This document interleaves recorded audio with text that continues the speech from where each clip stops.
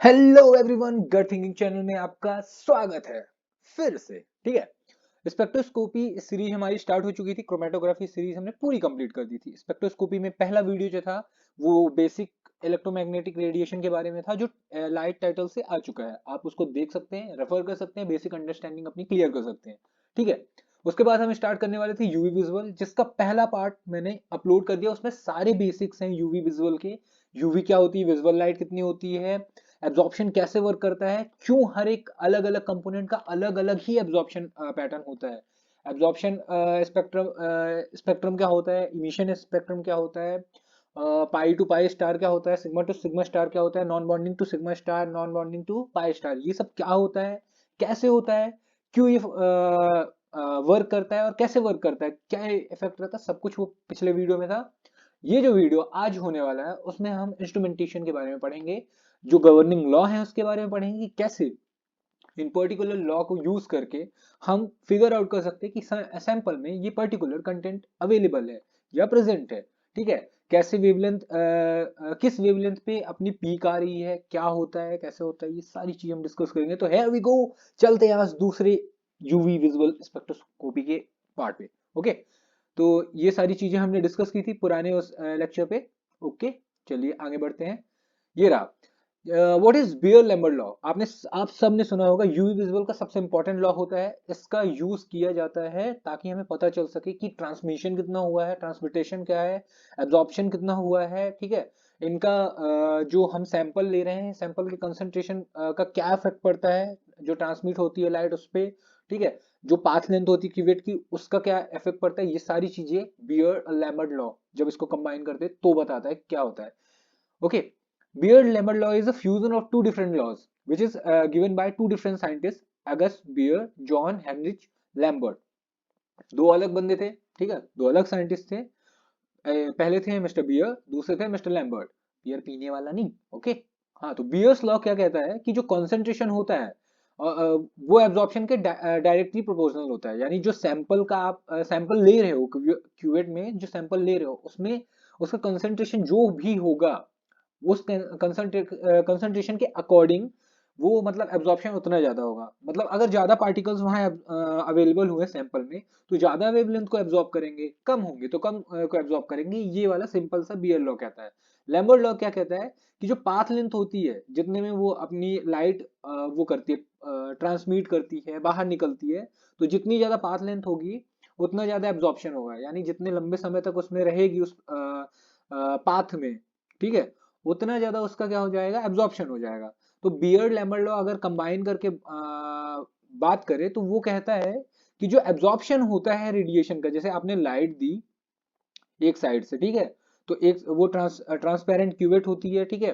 तो एक साइड से हम लाइट सोर्स है वहां से पास करा रहे हैं लाइट, दूसरे साइड से हम ऑब्जर्व कर रहे हैं। तो ऑब्जर्व करने वाले एरिया में हमें पता चलेगा कि लाइट की इंटेंसिटी जो हुई थी वो थोड़ी कम हो गई है। क्यों? क्योंकि कुछ पर्टिकुलर वेवलेंथ को सैंपल ने एब्जॉर्ब कर लिया है। तो ये जो एब्जॉर्प्शन हुआ है वो कितना हुआ है, किन किन चीजों पे डिपेंड करता है। तो वो डिपेंड करता है इंटेंसिटी ऑफ इंसिडेंट बीम कि इंसिडेंट बीम जो हम डाल रहे हैं, जो सोर्स से चल रही है, उसकी इंटेंसिटी कितनी है, दूसरा पाथ लेंथ कितना है, तीसरा कंसंट्रेशन कितना है उस सैंपल का, यानी जो सैंपल उसमें हमने डाला है उसमें कितने कंसंट्रेशन, कितने अमाउंट में वो प्रेजेंट है। ठीक है। और कोफिशिएंट पे भी ये सब डिपेंड करता है। देखिए ए जो है, A equal to logarithm I naught to I, ठीक है, equal to epsilon L C. L जो है आपका वो है पाथ लेंथ है, सी जो है कंसंट्रेशन ऑफ सॉल्यूशन है, जो ये आई नॉट है या आई जीरो आप कह सकते हो, ये है वो लाइट जो हम पास करवा रहे हैं। और ये आई नॉट और ये जो आई है ये वो लाइट है जो हमें ट्रांसमिट होके मिल रही है दूसरी साइड। तो ये होता है, ये बियर्ड लैम्बर्ट लॉ का अगर मैथमेटिकल वो देखे फॉर्मूला ये होता है। ओके। चलिए नेक्स्ट स्लाइड में हम चलते हैं। How does UV visual spectrometer work, कैसे काम करता है। तो देखिए अभी एक डायग्राम रहेगा नेक्स्ट स्लाइड में, चाहे तो मैं आपको पहले दिखा देता हूँ, ये रहा, पर पहले समझा देता हूँ उसके बाद में दिखा देता हूँ, फिर आपको दिखाऊंगा। ठीक है। इसमें क्या रहता है, सोर्स से मतलब a beam of light from a visual and UV light source लेते हैं उसको, is separated into its component wavelength by a prism. मान लीजिए आपने विजुअल लाइट लिया है तो विजुअल में 7 लाइटें हैं। ठीक है। तो उसमें से हम प्रिज्म के थ्रू कोई एक तरह की लाइट लेंगे, उसको पास करेंगे, ठीक है। उसके बाद क्या करते हैं, जैसे वो पास हुई तो जो लाइट होगी ना उसकी इंटेंसिटी और उसके जो वाइब्रेशन होंगे मल्टीपल प्लेन में होंगे। तो हम उसको क्या करना चाहते हैं, सिंगल प्लेन में करना है, तो ये मोनोक्रोमेशन करने के बाद उसको हम क्या करेंगे, पास कराएंगे। तो उसका जो वो होगी, क्या कहते हैं, आपकी वाइब्रेशन है वो सिंगल उसमें आ जाएगी, एक सिंगल प्लेन में आ जाएगी, ठीक है। उसको फिर क्या करते हैं, जो हमारी जो 7 कलर में से एक कलर को डिवाइड किया उसको आगे जाने दिया जिसको यूज करना है, फिर उसको हम दो इक्वल पार्ट में फिर से डिवाइड कर देते हैं हाफ मिरर का यूज करके। हाफ मिरर डिवाइस होता है, आगे दिखाता हूँ। वो क्या करता है, उसको इक्वल दो पार्टों में डिवाइड कर देता है उस लाइट को। क्यों? क्योंकि हम एक जो लाइट जा रही, ये दो पार्ट जो हुए हैं उसमें से जो एक लाइट का वो रहेगी बीम, वो जाएगी रेफरेंस से और दूसरी जो जाएगी सैंपल से। तो क्या होगा, रेफरेंस में कोई वो कंटेंट तो है नहीं, कोई सैंपल है नहीं, वो बिल्कुल ब्लैंक होता है। तो उससे जो एब्जॉर्प्शन होगा ना के बराबर होगा। पर सैंपल में है क्या, बहुत सारे कंपाउंड हैं या बहुत सारे कंटेंट है, तो वो क्या करेंगे, अपने नेचर के अकॉर्डिंग एब्जॉर्ब कर लेंगे।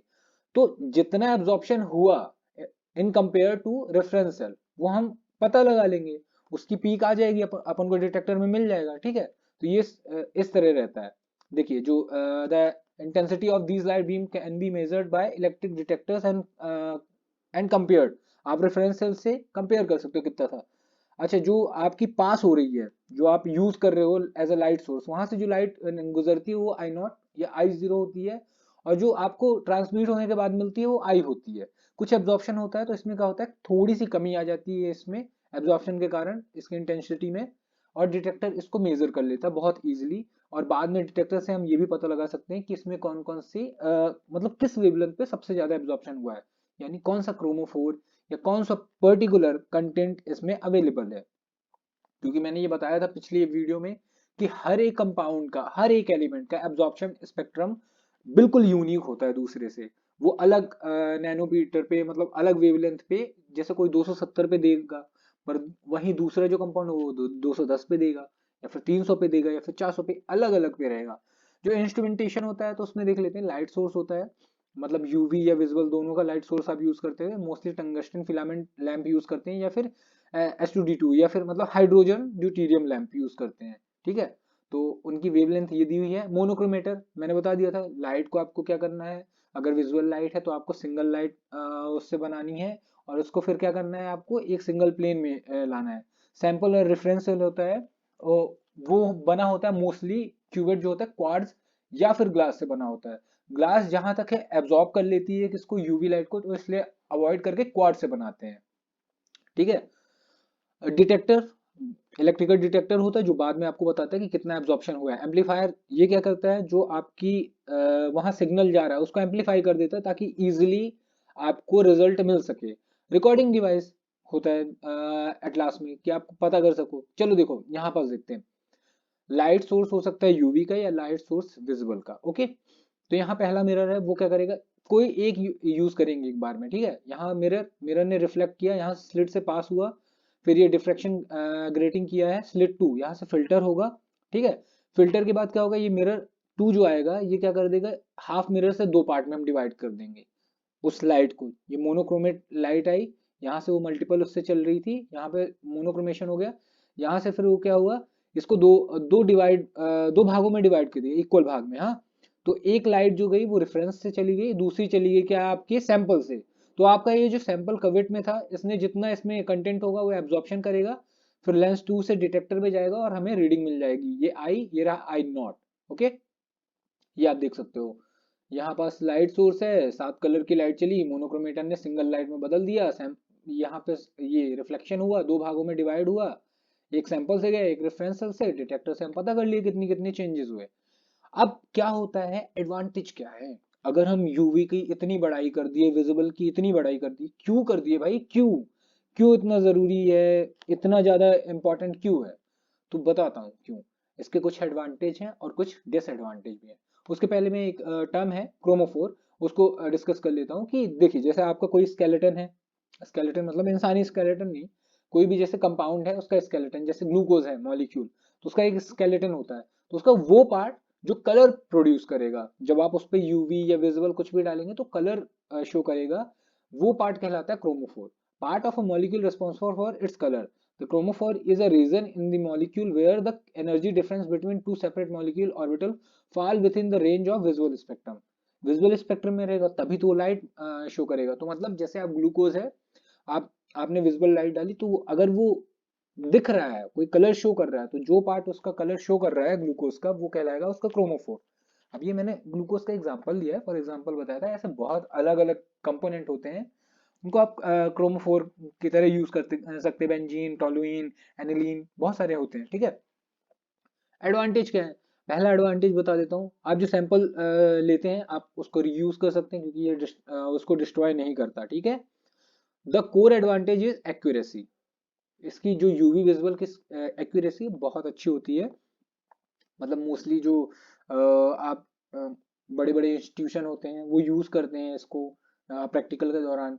बड़े बड़े जो वो होते हैं, क्या कहते हैं, कंपनियां होती हैं, वो भी यूज करती हैं कि भाई इम्प्यूरिटी तो नहीं है, कौन कौन से सैंपल हैं, चलो इनको कंपेयर कर लेते हैं। इसलिए इसकी ये हैंडलिंग जो होती काफी इजी होती। क्यों? क्योंकि ये अब ऑटोमेटिक आ चुका है। इलेक्ट्रिकल आता है ऑटोमेटिक, उसमें कुछ नहीं, आपको सिर्फ सैंपल क्यूवेट में भरना है और रेफरेंस क्यूवेट को भरना है, बस हो गया। उसके बाद वो पूरा काम करके आपको एक उसमें पेपर में आपको इवन प्रिंट करके तक दे देगा कि भैया इतनी वेवलेंथ है ये, और जहां तक है फॉर्मूला तक डिराइव कर देगा कि भाई ये चीज इसमें प्रेजेंट है, ठीक है।